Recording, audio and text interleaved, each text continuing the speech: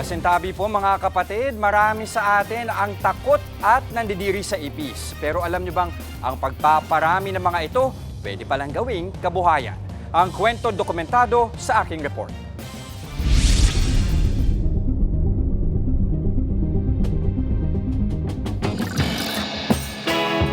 Hindi artista, pero madalas tinitilian. Hindi dahil sa kilig, kundi dahil sa diri. Pero mangilabot ka pa kaya kung ang mga insekto at peste pwede palang maggapang sa'yo sa mas maayos na buhay?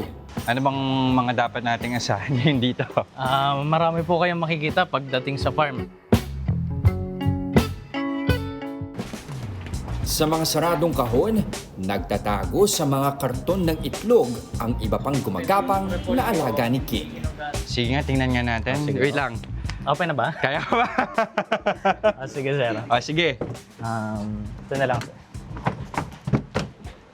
Kailangan lang nating isipin, hindi ito yung normal na ipis na Yes, bahay. sir. Yes. Lumilipad ba to? Hindi naman, sir. Okay. Uy. Yan, sir. Yan, may mga Oo nga. anak na nga, sir. Uy.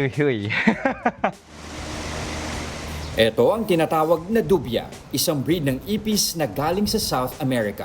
Kaiba sa mga nakikita nating ipis sa bahay, malinis ang mga ito, lalo't gulay at prutas ang kanilang kinakain. Ang pinagkaiba lang, sir, nito dun sa kanina natin pinakita superworms. Ang superworms, mataas ang protein and mataas ang fats. Okay, Ito naman, sir, mataas ang protein, less fats.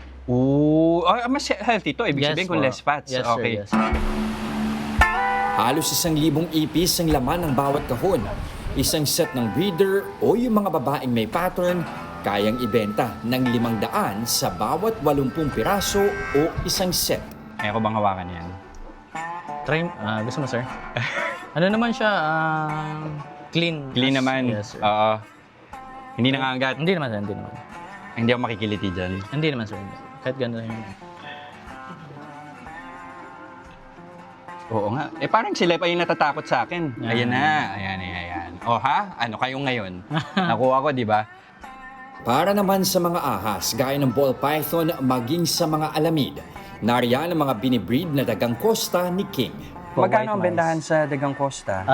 Ang dagang costa po, ang adult ay 50 pesos lang. 50 pesos. Tapos yung anak nila, 20 to 30. Oo. Gano'ng katagal ang breeding? Mga 1 month po, yan tulad nito, sir. Buntis na buntis siya. na siya. So after a week, may mga pinkies na siya. Pinkies ang tawag? Yes po, yung maliliit. Maliliit, na, oo. Sa dami ng alagang peste, di maiiwasang umabot sa 4 na sako ng mga dumi ang naiipon nila kada linggo. Pero kahit yan, may pakinabang pa rin. So dito po namin siya nilalagay for 30 days po kasi bago pa natin magamit. Okay. Then, yun. Ini-store nyo lang dito. Kumbaga, sa 30 days, mas lalo nyo siyang pinapabulok.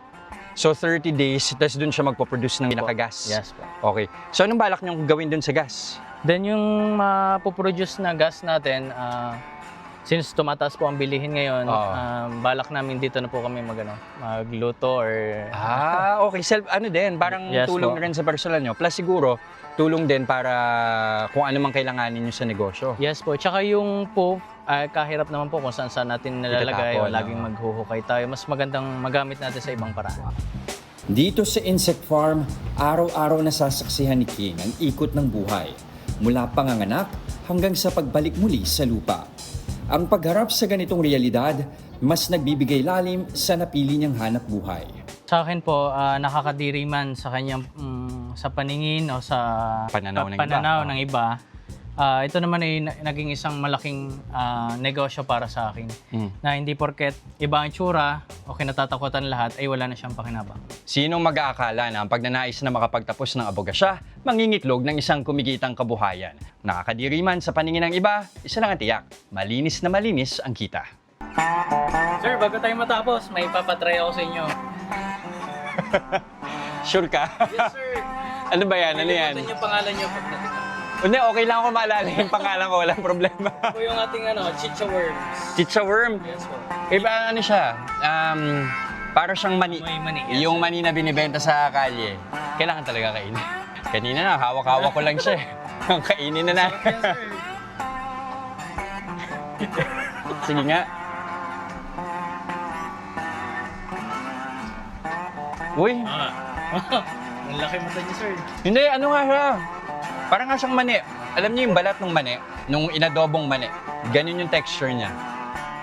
Jess De Los Santos, mukha ng maliliit, isyong malalaki. Dokumentado. Mga kapatid, Jess De Los Santos po, ang inyong kasangga sa paghahatid ng balita para sa may alam at may pakialam. Para sa tuloy-tuloy na makabuluhang balitaan, mag-follow at mag-subscribe na sa social media pages ng News 5.